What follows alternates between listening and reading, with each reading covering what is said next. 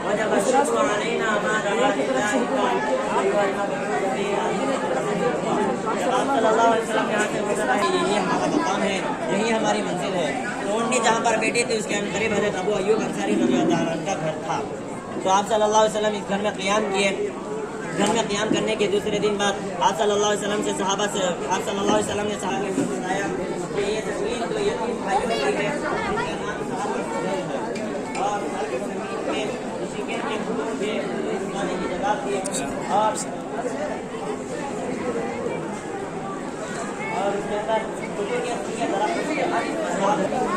रमजान में जी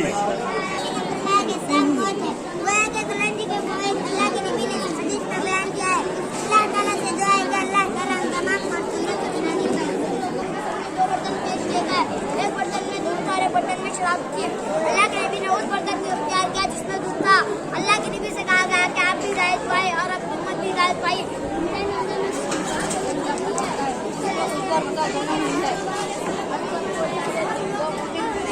अल्लाह के नबी सल्लल्लाहु अलैहि वसल्लम ने तुरंत से दी है। अल्लाह ताला से दुआ करें हम तमाम को पढ़कर अमल करने वाला मोमिन मुसलमान।